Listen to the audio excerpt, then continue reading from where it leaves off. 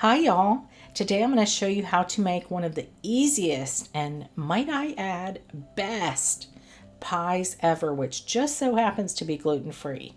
This is my gluten-free chocolate cream pie, complete with a gluten-free Oreo cookie crust, a thick layer of the smoothest, creamiest homemade chocolate pudding with no tempering involved, and a cloud of freshly whipped cream on top. So let's get into it and I'll show you how to make it.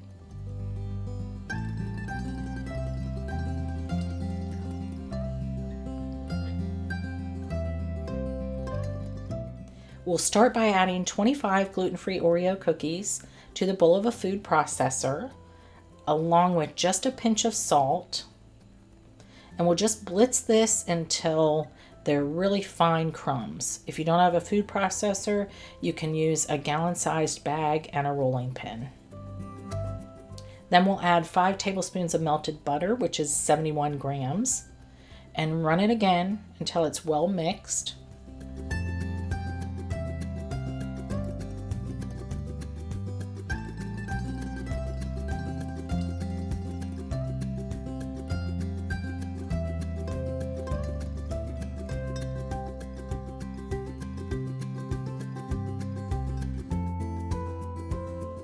And it should stick together like this. If it doesn't, go ahead and add another tablespoon of melted butter.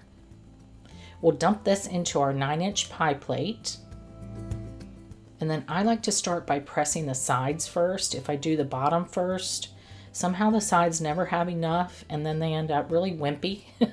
And we don't want wimpy sides. Use something flat bottomed like this old measuring cup that I have for this purpose only. And you really want to firmly press along the sides and then go back to the bottom and press firmly again. This goes into a 350 Fahrenheit oven for 10 minutes until it's just set. We'll let this cool and then we'll make the filling. In a small saucepan, we'll add 2/3 cup or 133 grams of granulated sugar and 1/4 cup or 30 grams of cornstarch. And I'm just going to whisk these two together real quick and then add in 6 large egg yolks and then really whisk these for a minute or two until they're bright yellow in color and thick and ribbony like this.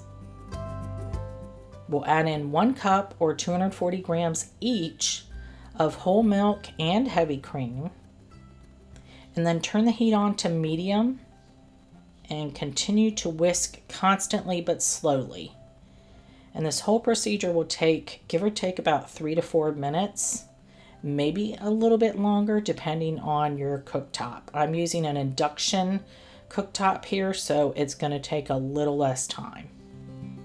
And once it really starts to thicken, you'll see it start to thicken and you'll also feel it in the whisk. Then you want to start whisking vigorously for a good 30 to 45 seconds or so. That's when the cornstarch really activates. You'll see those big bubbles bursting all over the surface.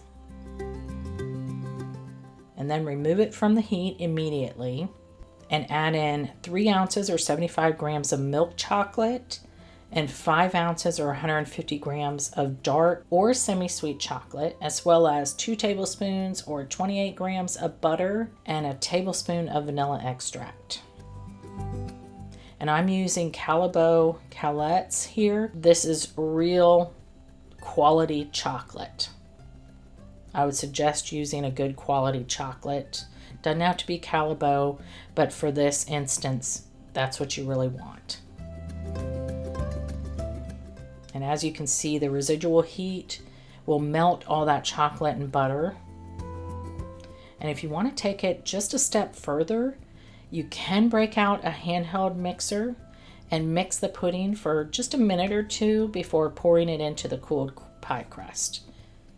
Using the mixer, it's totally optional, but it does add a little bit of air to the mixture and makes it just a teeny bit creamier and lighter.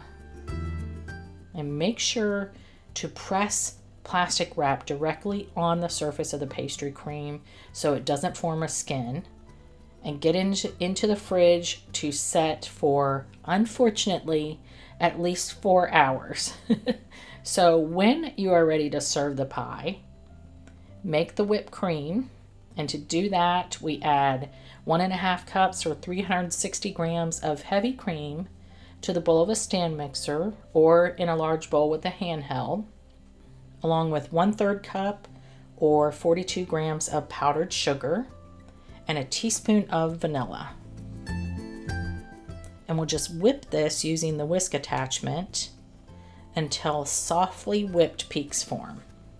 I personally prefer to use powdered sugar anytime I'm making sweetened whipped cream because it does two things really. It dissolves better, in my opinion, than regular granulated sugar does. And also the cornstarch in it helps to stabilize it. So you don't have weepy whipped cream for at least a couple of days after you put it on the pie. Alrighty, the pie is perfectly set. So I'll dollop all of this whipped cream on top and then gently spread it over the surface.